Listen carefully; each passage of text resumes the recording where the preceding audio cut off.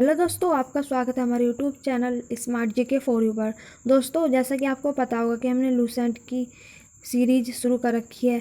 ठीक है, जो हमारे सब्सक्राइबर हैं उन्हें पता ज़रूर होगा। तो देखिए, हमने जो पिछली वीडियो में 50 क्वेश्चन कवर कर लिए थे। अगर दोस्तों आपने वो वीडियो नहीं देखे तो वीडियो आप डिस्क्रिप्शन में लिंक डाल दूँगी, वहाँ से जाकर आप देख सकते हो। ठीक है, और हमारे चैनल पर प्लेलिस्ट भी बनी हुई है, वहाँ पर भी आप देख सकते हो जाकर। तो देखिए, हमने 50 क्वेश्चन पिछली वीडियो में कवर कर लिए थे। ठीक है, ये चल रही है वैदिक सभ्यता। तो 50 क्वेश्चन हमने उसमें कवर कर लिए थे। आज है 51वां क्वेश्चन। तो आज इसे हम आज पूरी ख़त्म कर देंगे। ठीक है ना। तो देखिए, 51वां क्वेश्चन क्या कहता है कि इसमें सुमेलित करना है। तो देखिए, सुमेलित करना है, जैसे ये सारे वेद दे रखे हैं और इसमें वेदों के बारे में क्या बता रखा है, मतलब कि इन वेदों में क्या चीज़ दे रखी है, तो ये बताना है आपको। देखिए, अथर्ववेद में जो है ना, अथर्ववेद में आपकी औषधियों से संबंधित बात बताई गई है। ठीक है, और ऋग्वेद में आपकी ईश्वर महिमा बताई गई है।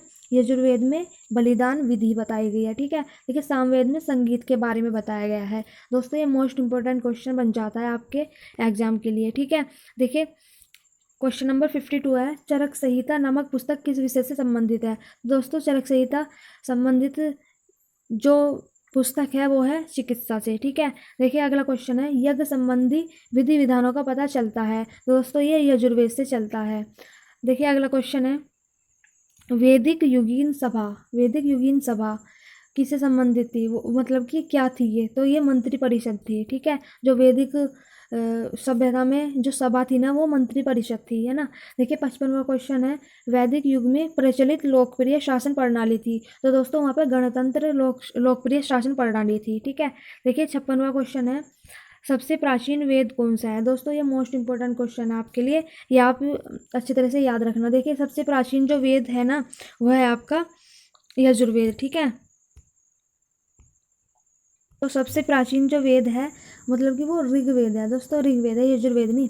ठीक है, देखिए, अगला क्वेश्चन देखिए, 57, निम्नलिखित में से कौन भारतीय दर्शन की आरंभिक विचारधारा है। तो दोस्तों, ये सांख्य जो विचारधारा है, ये भारतीय दर्शन की आरंभिक विचारधारा है।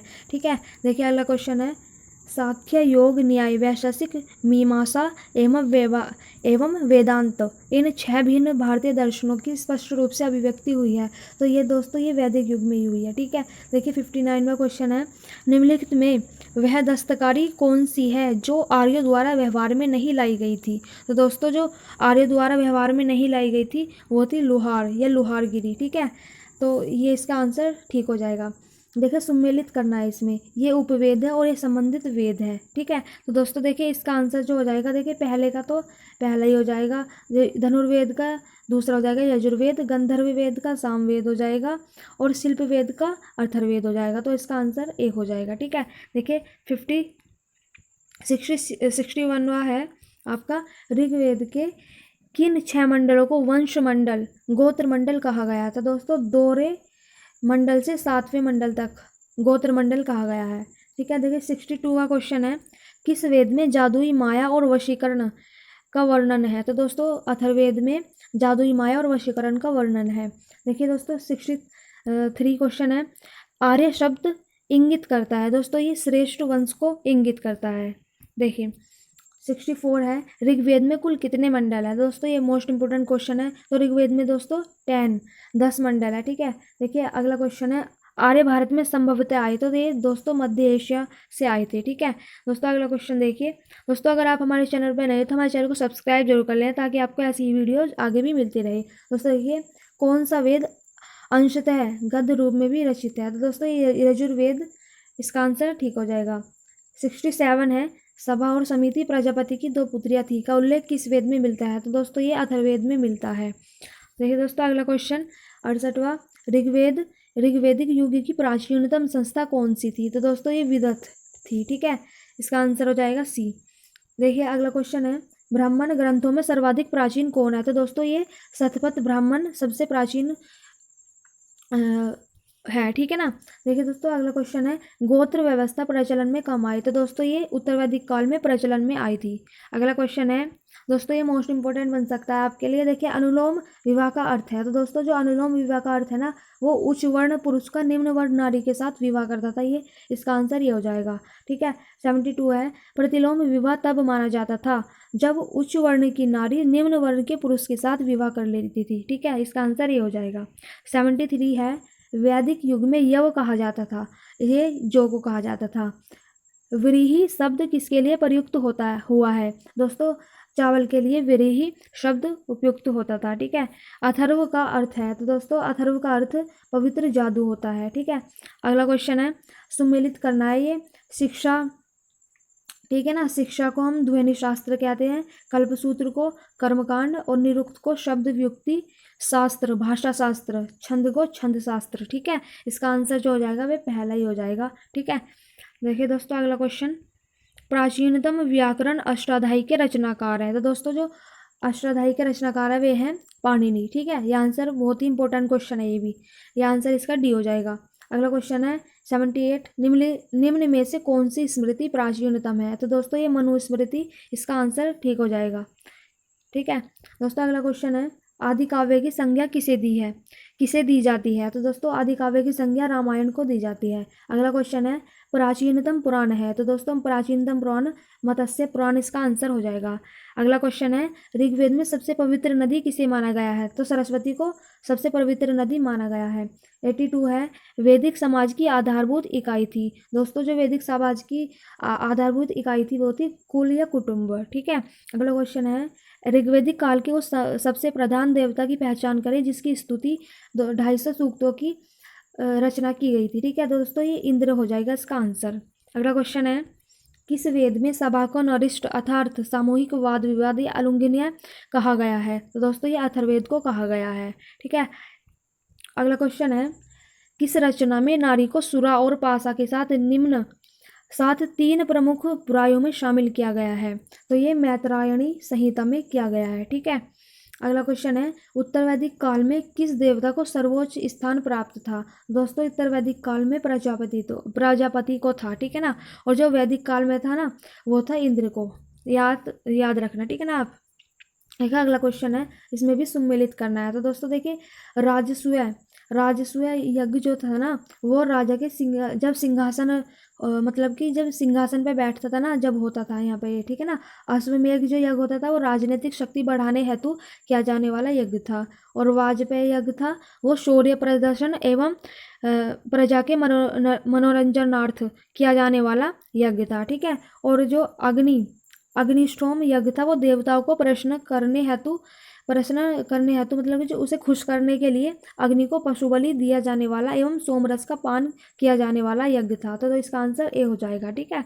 अगला क्वेश्चन है, इसमें भी सूची सम्मिलित करनी है। देखिए ऋग्वेद में उल्लिखित नाम है और आधुनिक नाम है। दोस्तों ये सारी नदियां हैं, ठीक है। तो देखिए जब ऋग्वेद था जब क्या नाम था इन नदियों का, और जब आधुनिक है तो क्या है, तो ये आपको बताना है। देखिए इसका आंसर जो हो जाएगा ना आपका, देखिए परुष्णी का हो जाएगा रावी, सतुद्री का हो जाएगा सतलज, ठीक है ना।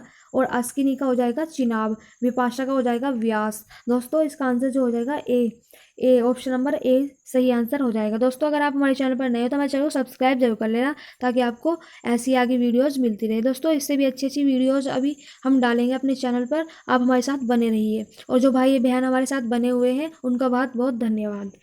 दोस्तों देखिए अगला क्वेश्चन, देखिए संस्कारों की कुल संख्या कितनी है? तो दोस्तों संस्कारों की जो कुल संख्या है वो है 16, ठीक है। अगला क्वेश्चन है, देखिए अगला क्वेश्चन है ब्राह्मण विवाह। देखिए ये जो है ये भी बहुत इंपॉर्टेंट क्वेश्चन है। देखिए ये जो है ना विवाह है, और ये किस तरह के विवाह थे ये इसमें बताया गया है, ठीक है।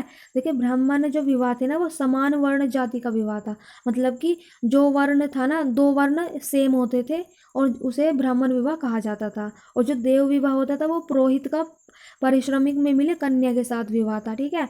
आर्ष विवाह जो था कन्या मूल के रूप में एक जोड़ी गाय व बैल चुकाकर किया गया विवाह, मतलब कि जब एक कन्या का विवाह होता था ना तो एक जोड़ी गाय और बैल दिया जाता था, ठीक है ना। उसे आर्ष विवाह कहा गया है। देखिए अगला है ये प्रजाप्रत्य विवाह। तो बिना दहेज का विवाह प्रजाप्रत्य विवाह कहलाता था, ठीक है। तो इसका आंसर हो जाएगा ऑप्शन नंबर 1 ए, ठीक है। अगला क्वेश्चन देखिए, सुमेलित करना है। ये गंधर्व विवाह, तो गंधर्व विवाह जो था ना, ये गंधर्व विवाह प्रेम विवाह है। आसुर विवाह कन्या को खरीद कर किया गया विवाह है। और राक्षस जो विवाह था वो पराजित राज्य की कन्या या अपहरण की गई कन्या के साथ विवाह था। ठीक है। और देखिए पैशाच विवाह है, सोई हुई अवस्था में कन्या को गुमराह कर या मानसिक रूप से अस्वस्थ कन्या को गुमराह कर उसके साथ किया गया विवाह था। ठीक है। तो इसका आंसर हो जाएगा ऑप्शन नंबर ए। इसमें देखिए 92वां हो जाएगा, 3 रण में शामिल नहीं है। तो दोस्तों देखिए 3 रण में मातृ रण शामिल नहीं है। ठीक है। इसमें देखिए दोस्तों जो 3 रण है ना हमारे, तो देखिए देवरण है, पितृरण है और ऋषि रण है। दोस्तों ये मातृ रण शामिल नहीं है। ठीक है। देखिए अगला क्वेश्चन है, ऋग्वेदिक काल से संबंधित मृदभांड संस्कृति है। तो दोस्तों ये ऑप्शन नंबर ए सही हो जाएगा, ग्यारुवर्णी मृदभांड संस्कृति। दोस्तों देखिए अगला क्वेश्चन है 95वां, हरियाणा प्रांत में चित्रित घूसर मृदभांड स्थल किस स्थान पर हाल में किए गए उत्खननों से प्रकाश में आया है। तो दोस्तों इसका आंसर हो जाएगा बी, भगवानपुर। ठीक है। दोस्तों अगला क्वेश्चन है, प्राचीनतम विवाह संस्कार का वर्णन करने वाला विवाह सूक्त किसमें पाया जाता है। तो दोस्तों ये ऋग्वेद में पाया जाता है। ठीक है। अगला क्वेश्चन देखिए, ऋग्वेद में अगन्य वध योग्य नहीं शब्द का प्रयोग किसके लिए किया गया था। तो दोस्तों ये गाय के लिए किया गया है। क्वेश्चन नंबर 98 देखिए, सुमेलित करना है। ये भी देखिए इसका जो सुमेलित करना है, देखिए संग्रहित जो कहा जाता था वो कोषाध्यक्ष को कहा जाता था, भागदूत जो कहा जाता वो कर संग्रहकर्ता को जो कहा जाता था। ठीक है। और जो छता या छतरी कहा जाता था वो कहा जाता था प्रतिहारी राजप्रसाद का संरक्षक। ठीक है ना। और अक्षवाप जो कहा जाता था ना, वो कहा जाता था पासे के खेल में राजा का सहायक। ठीक है। तो इसका आंसर जो हो जाएगा आपका ऑप्शन नंबर ए हो जाएगा। देखिए अगला क्वेश्चन है, ऋत प्राकृतिक संतुलन स्थापित करने के कारण किस वैदिक देवता को ऋतस्य गोप कहा गया है। तो दोस्तों ये वरुण को कहा गया है। ठीक है।